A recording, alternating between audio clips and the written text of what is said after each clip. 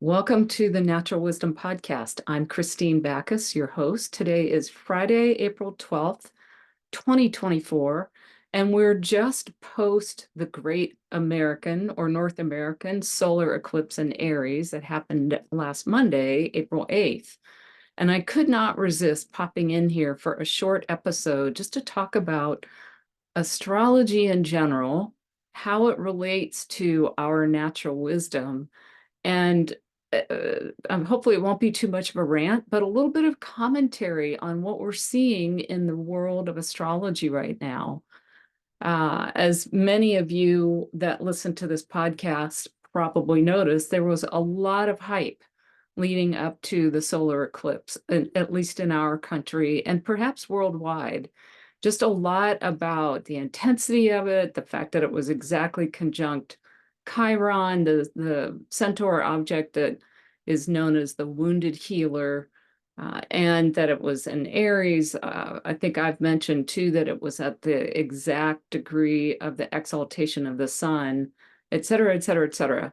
And eclipses, if I sound dismissive, eclipses are definitely a big deal, especially if you're close to them and you can see them. But like everything else, it's not really the end of the world, although it may be the end of part of your world, depending on how personal it is for you and how it shows up in your chart. But what I really want to talk about today is how we relate to astrology, how we avoid feeling like victims of outer forces over which we have no control, and how we avoid trying to control everything through whatever other ways that we might have, whether it's magic and this and that and the other. The bottom line for this whole episode, and it's not a new concept because I've been talking about it for the last couple of years, is that we're in conversation with reality. Each of us is a powerful being in our own right. And eclipses, the big Jupiter-Uranus conjunction coming up in a week, other major cosmic forces are opportunities for us to be in conversation with the cosmos. And that's if I could say one thing, I would say that there are ways for us to co-create our lives in cooperation with the natural forces of the cosmos. So let's talk about what that means a little bit. So from just the perspective of astrology, we've been talking for the last couple of years, especially this last year, about the planet of Pluto relating to power, power versus control, deep soul level desires and soul transformation, if you will, moving into the sign of Aquarius, which, among other things, happens to rule astrology. It's also associated with technology. So AI, I've talked quite a bit about, as we're seeing the shadows of the AI technology in general. But if we just focus on astrology for a moment, we can sort of see one of the examples of Pluto, the planet of power, moving into Aquarius that has to do with astrology, that we're starting to see some of the shadowy uses of and shadowy sides of astrology and astrologers, which is Pluto's job, right? Pluto's job is to bring it to the surface so that we can face it and work with it and deal with it and become conscious of it, right? My belief, my philosophy, I guess, if you will, about astrology is that the whole point is to make what's unconscious conscious so that we have choice in how we respond, whether it's a big total solar eclipse in the backyard or a slow moving 250-year cycle planet like Pluto moving into a particular part of our chart and a particular sign. So what we're seeing with Pluto and Aquarius is a lot of these ways that we give away our power, and ways that becomes a shadow and turns us into victims, whether we're conscious of it or not. This last 15 years with Pluto and Capricorn, there was a lot of the same kind of themes, right? Exposing the shadows of institutions, whether they were banks or the government or the media or schools and education, etc. Now we're moving into the next realm, exposing the shadows of technology and astrology itself. So if we start really, as I say, going into the details and unpacking the themes here with Pluto and Aquarius and these shadows of astrology, what we see is that there's a proliferation of astrology, right? Everybody can be an astrologer now. There's a very low bar to entry. You can take a few courses. You don't even have to do that, right? You can get a piece of software for free, start pulling up charts, start reading around what's out there. Maybe you go to the good, well thought out published books where there's been editing and reviews and a lot of time and attention paid. Or you can go on the internet, right? And you can find something that you're not even sure is written by a person to tell you, what does it mean when Pluto's in Aquarius? What does it mean when there's an eclipse in Aries? And so there's so much proliferation of stuff around astrology that, again, we've been talking about this. It's really critical to practice discernment and to decide how you want to use astrology in your life, if indeed you want to use it at all. There are lots and lots of ways of sort of working with the unseen world and understanding the energies at play, understanding the forces and how they interact with you. Astrology, obviously, is one that I particularly love because I love maps. It gives you a map. A chart is a map. And then it's a symbolic language. And again, choosing how you want to work with it and how it fits into your worldview is step one, very important. If you see yourself as being a victim of whatever's going on out there, then that's how you're going to see astrology. If you see yourself as in control of your life and everything, then you're going to find ways to use astrology as a tool to control. And my what do I want to say? My prayer, my desire is to help people see astrology, like everything else, as a way to have a conscious conversation with life and with the cosmos. So for instance, with this eclipse, again, there was so much sort of hype about people unpacking various bits of symbolism, all the towns named Nineveh or the cities named Salem, et cetera, et cetera. Those are perfectly legitimate ways of looking at the symbolism, is to go and just kind of pick up what appeals to you. What do you find unique and interesting? When you look at the eclipse path and how it works with the eclipse path of 2017 and the big X across the country, what do you see with that? We've had lots and lots of people putting lots of little videos, I mean, on social media, TikTok, Instagram. Those are, again, low barrier to entry. Anybody with a cell phone can look at what's going on with eclipses or astrology and put something out there, just like me, right? That I'm happen to be using my computer. And obviously, I've been at this for a while now. I think I'm up to almost 3 years of the podcast. But again, low barrier to entry, anybody can do it. And you get to choose what you want to pay attention to and how you want to view it. And that's the most important piece when it comes to dealing with astrology or anything else, is remembering that we have choice in terms of how we fit what somebody is telling us into our own worldview and our experience. And this is where the natural wisdom comes in. When you are super tuned in to your own intuition, and as we talked about in my last podcast episode, when you know your station, when you know what it feels like in your body, in your awareness, in your very subtle sense of truth and uh, what you want to love, right? What you want to put your attention to. When you know that, then you can discern what is important and what you can leave aside, and what you want to trust and what you don't, and what feels true to you. And so again, when we think about what was going on with the eclipse, I had things to say. I had Emily on the podcast, and we talked about the eclipse energy again in Aries, and with Chiron there. To me, it was so much about owning yourself, owning your desires, knowing your station, right? And really finding that legitimacy in who you are and what you want, and owning that, right? That's to me, the greatest expression of Aries, and what one of the big potentials was for this eclipse.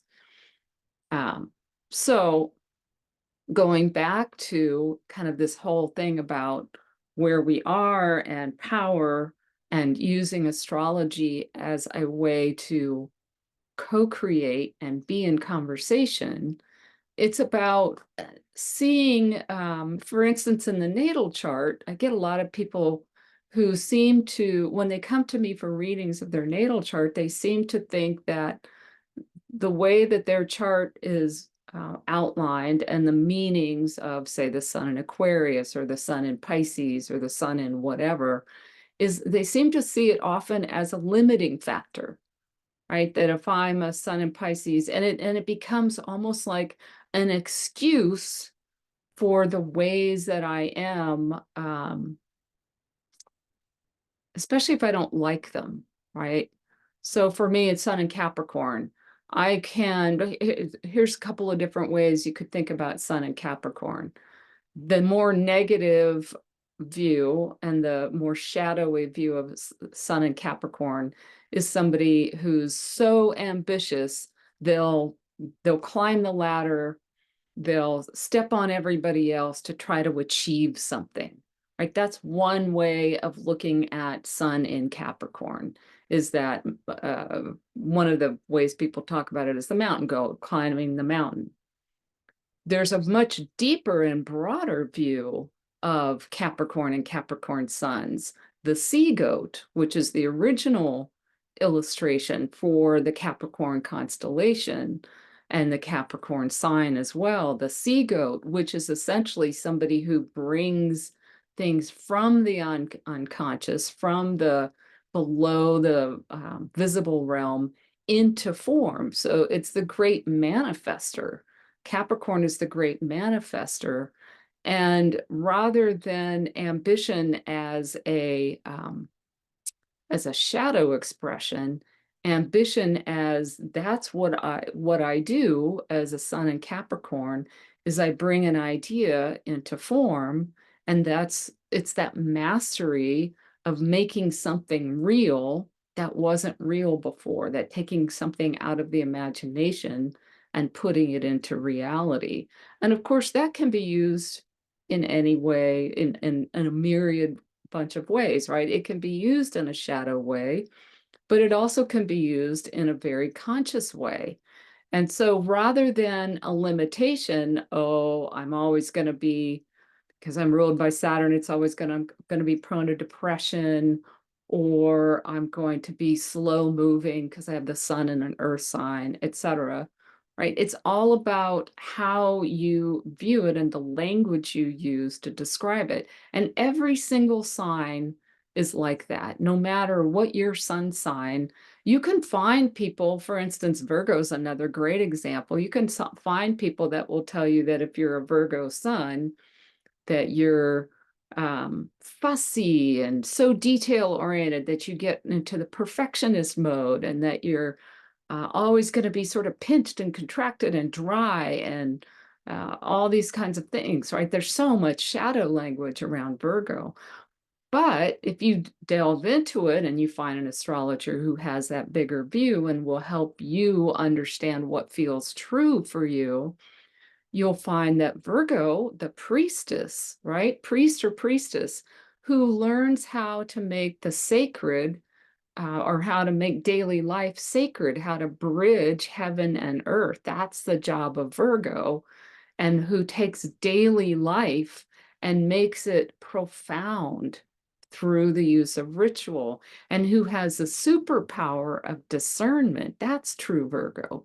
But again, these are the ways that astrology can be used to become limiting and victimy versus empowering and broadening, and ways and finding ways to use the energy of your sign, whether it's your sun sign, your moon sign, your ascendant, whatever, your Saturn sign, and find the ways to see what it's really about at its core, and then express it in the most conscious way possible in alignment with your overall astrology map, your overall frequency, your overall station, if you will. You're a symphony, right? And each time somebody plays a note, Saturn plays its note in your symphony, your sun plays its note in your symphony, you get to choose how that note is played, knowing that it is a particular note and on a, or maybe on a particular instrument, however you want to see it.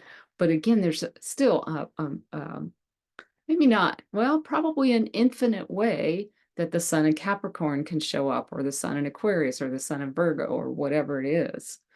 And so again, it's coming back to realizing that you're a co-creator, a collaborator with these energetic blueprints in your natal chart. And then as the eclipses and the conjunctions and the planets move around and interact with your personal blueprint, you're a collaborator and a co-creator in what comes out of those energies. And yes, it's not, again, it's not you having control, right? Because an eclipse, for instance, affects everybody. So there's a collective impact of the eclipse. But your choice on how to work with it consciously becomes part of the collective. So you have agency with the world as you consciously work and collaborate with these events in yourself and in your life. A couple of other things I want to say right now that are specific to what's happening right now is that we're 5 days out past the eclipse, but the eclipse wasn't a once and done. Astrology is not a once and done. We tend to, at least in the Western world, we tend to think about things in discrete, this moment in time events. And we forget that that's not how nature works. That's not how the cosmos works, right? The sun and moon come together with the lunar nodes for an eclipse.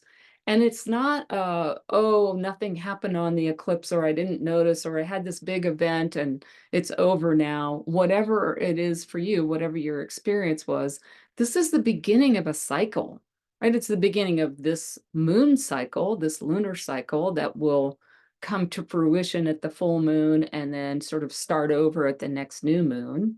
There's also a 6-month cycle with eclipses, and so this October there'll be another kind of closure when we get to the lunar eclipse in Libra, and then we'll have a 19-year cycle. So you can look back to April 8th, 2005, and then you can look ahead to April 8th of whatever year that is, add 19 to 2024. And these are also kind of some of the bigger cycles. And then there are bigger cycles yet.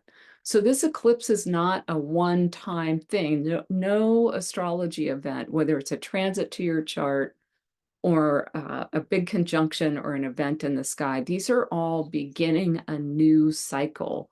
And again, when you understand that, you continue to consciously work with these energies, and maybe you set intentions for whatever seed was planted with the eclipse.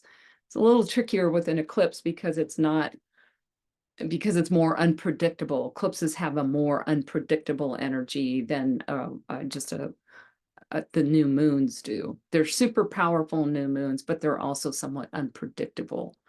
But at any rate, the whole point is that it's a cycle, and you get to work with it through for years. And sometimes you can look back at 19 years ago, what was going on with your life? How does it seem similar to what was happening at this eclipse and the issues that were coming up for you? Because you're likely to see echoes of them. So back to kind of where we are in this cycle. So we started that new cycle on Monday with the solar eclipse. Then eclipse season isn't over yet, even though that was the last eclipse in this particular eclipse cycle. We have 2 eclipses this spring, and then we'll have 2 more again this fall. Eclipse season is about a 6-week window that begins with the newer full moon before the first eclipse, and then ends, quote unquote, right, with the newer full moon after the last eclipse. And in this case, we have a full moon coming up on April 23rd. And that full moon will bring this eclipse season to a close, sort of the end of this eclipse cycle. And so we have these weeks when we're still in this period of quick and sudden change and unpredictability, faded endings and beginnings at the other eclipse season, meaning people coming into your life, people leaving your life, people from the past showing up. And then just towards the end, before we're finished with eclipse season, next Saturday, a week from tomorrow, April 20th, we have the conjunction of Jupiter and Uranus. So this whole period of April is it's a period of major change and major breakthroughs and sudden and unpredictable directional changes, because that's a lot of what Jupiter and Uranus is about. And in the next episode of the podcast, which will be recorded next Friday, April 19th, Emily Trinkus and I will spend the entire podcast talking about this Jupiter-Uranus conjunction. So I'll save more of it for them. But just to say, big breakthroughs, big opportunities. It's kind of the biggest this month between the eclipses and then the Jupiter-Uranus conjunction and a couple of other things happening in between are the biggest astrology of the year. So April's kind of a turning point for 2024. And again, coming back to what does that mean for you? It means if you're geeking out on it and watching lots of TikTok videos and reading all sorts of posts on Facebook or going out and reading other stuff or listening to people like me talk about it on podcasts, it's again thinking about how can I integrate what I'm hearing, what I'm learning with what's true for me, and how do I use what I'm learning and in a way that allows me to consciously set intentions or consciously take action or have conscious conversations in my relationships, whatever area of your life is being activated. And if you have your chart and you understand how to read it, then you could see the house where Taurus falls, where I think it's 21 degrees of Taurus falls, and that's where the Jupiter-Uranus conjunction is activating your chart, the area of your life that's more closely affected. If you know your chart, you could have seen where the 19 degrees of Aries was falling. That's the degree of the solar eclipse. But in any case, you can feel it, right? You know from the inside how these things are impacting you. And then again, depending on how you've built your worldview and how you are choosing to see your relationship with life, see your relationship with the cosmos, see your relationship with natural forces, you get to choose, how do I want to collaborate and cooperate with what's happening in the cosmos, these cosmic energies, and not get caught in the fear programming. That's what we are all living in a time where there's so much available. There's so many different media outlets. It's not just the very controlled mainstream media that some of us, like me, grew up with, where there weren't that many choices on where to get your information. And there weren't that many people that had the capacity and the technology and the ability to have that broad reach. And we're living in a time where it's not the first time in our history. Well, there's probably arguably other times, but the invention of the printing press was a similar time in history when all of a sudden a person could write something and then get what they wrote printed, and then it could be distributed far and wide. And that was a game changer, right? That was a game changer in history. In fact, that was, I can't remember the astrology of it. I know I've talked about it. It was another age of Jupiter-Saturn conjunctions in air signs. And when that just began, first time 1980, but it began in earnest in 2020. So we're in another period of rapid change in terms of the dissemination of information. And so we're having to adjust to getting so much stuff from so many people with so many opinions and so many viewpoints. And it's, again, so important that we understand what feels true for me, what feels true, and how do I choose to use my attention? Where do I want to put my attention? And then also, how do I use my co-creative power to not get caught in victimhood, not try to force my stuff onto other people, but to be in conversation with life. Um, I think the last thing I'll say about kind of how to work with this is that my teacher, who's Emily Trinkus, she quotes her teacher as saying, when astrology scares you or makes you nervous, it's time to walk away for a while. Go do something else for a while. And that's true. Like if you happen to love watching a bunch of YouTube videos or TikTok videos or wherever you get your information, if you're finding stuff that makes you fearful, for instance, of, oh, I don't know what Jupiter-Uranus conjunction in my X house means, and I'm scared because I know it's going to be a big shift or a big change. Or if you got caught up in some of the solar eclipse hype of, oh my gosh, this means the death, right? Solar eclipses are a death and a rebirth. Something's going to die, something's going to end. Or if you have, maybe you have an early degree sun in Pluto and or in Aquarius, and Pluto is about to conjunct your sun. Yes, Pluto too is a death and rebirth. So maybe something in your life will die. But what does that mean? You get to work with that, see what fears astrology is bringing up for you, because those fears point to where you're giving your power to something that's not you. And those fears show you something that's important to you, and they show you something that you get to work with, but they don't show you where you're a victim of something happening to you that you have no agency in. You might not be able to control whether something happens to you or not, right? That all of us have had events in our lives that we didn't choose, we didn't want, we didn't like, and we still had the ability to decide how we were going to work with them. And if you've never read Viktor Frankl's book, Man's Search for Meaning, and if you think that there's something so awful that you don't have any choice even on your attitude about it and how you work with it, go read that book, because that's somebody who is a testament to you can always choose how you respond.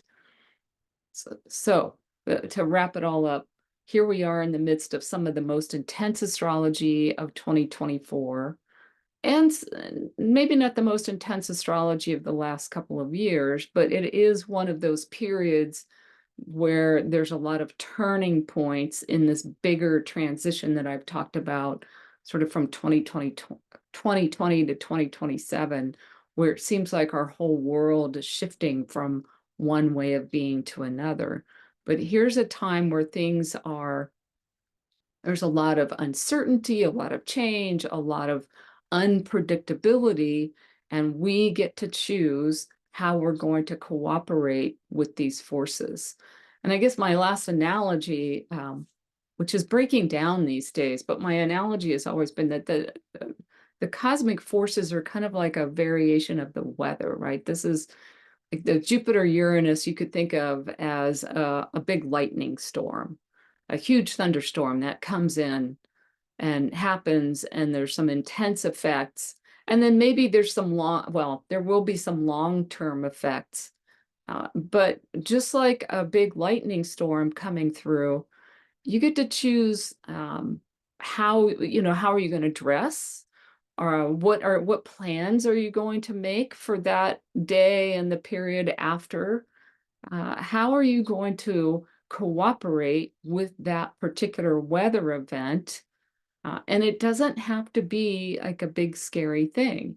Yes, hurricanes, lightning storms, tornadoes, all of those things can be scary. And the whole point of sort of predicting them is not to get everybody into a panic mode and build up a lot of fear, but to say, this is happening. How do you want to work with it? How do you want to prepare? How do you want to perceive yourself in relationship with that, in conversation with that event? And then, of course, from the cosmic point of view, how do I want to try to use this cycle and work with this cycle in a cooperative fashion? This is the basis for all relationship. Am I a victim in this relationship? Am I the tyrant in this relationship, where I'm going to do everything I can to control my experience of it? Or am I having a conversation with the cosmic forces, with the weather, with nature, with the person in front of me, with life? So power and control, how you use your attention, and how you find a way to see yourself in conversation and using your co-creative power together with the cosmos. That was what I wanted to step in here and talk about today, particularly in the aftermath of the eclipse. We're still in eclipse season. We have arguably the biggest conjunction of the year coming up in a week, and then eclipse season continuing for a few more days. So how are you going to work with that? How do you want to be in conversation, in conscious conversation with the cosmic forces? And if nothing else, I hope I've been able to offer some alternatives to that fear mode that so many people and so many media outlets seem to want to instill in us, is that old be afraid, be very afraid. Well, sometimes that's fun, right? I have enough of a drama queen in me that sometimes it's kind of fun to talk about what the big astro forces are all about and what the potential craziness is. But the fear typically, I don't know, maybe I can say never. Fear never really makes us make good decisions. Fear never really helps us make good decisions that will help us over time. Maybe if there's a tiger chasing you, maybe. But even then, it helps to be grounded and centered and know what's true for you in order to know what the right step is to take to respond to that situation. So happy continued eclipse season. I will see you for the next podcast episode, which is about a week away. I've got a few in quick succession here. They're not, the timing's not particularly even. So thank you so much for listening to the Natural Wisdom Podcast. As always, I'm available for readings if you'd like a little bit more perspective and an ally in your co-creative journey. I'm available for readings. I also do life and leadership coaching using astrology as that kind of diagnostic and tool that we can use for self-awareness and for making the best decisions for us, right? Astrology can help you make the best decision for you, as can coaching. So reach out if you like. The link is always in the show notes. And thanks again for being here. Talk to you again soon.